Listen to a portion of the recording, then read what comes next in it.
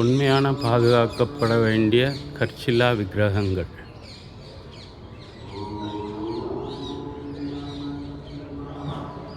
மடப்பள்ளி எடுத்து 108 சிவலிங்கம். பிரம்மாண்டத்தின் உச்சம்தான் சொல்லுவேன் நான் இந்த கோயிலை.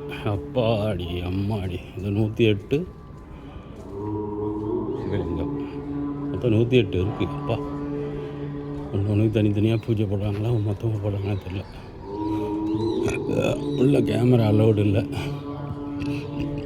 அகிலாண்டேஸ்வரி தாயை பார்த்தாச்சு, சிவபெருமானையும் பார்த்தாச்சு. பிரம்மாண்டத்தின் உச்சம்.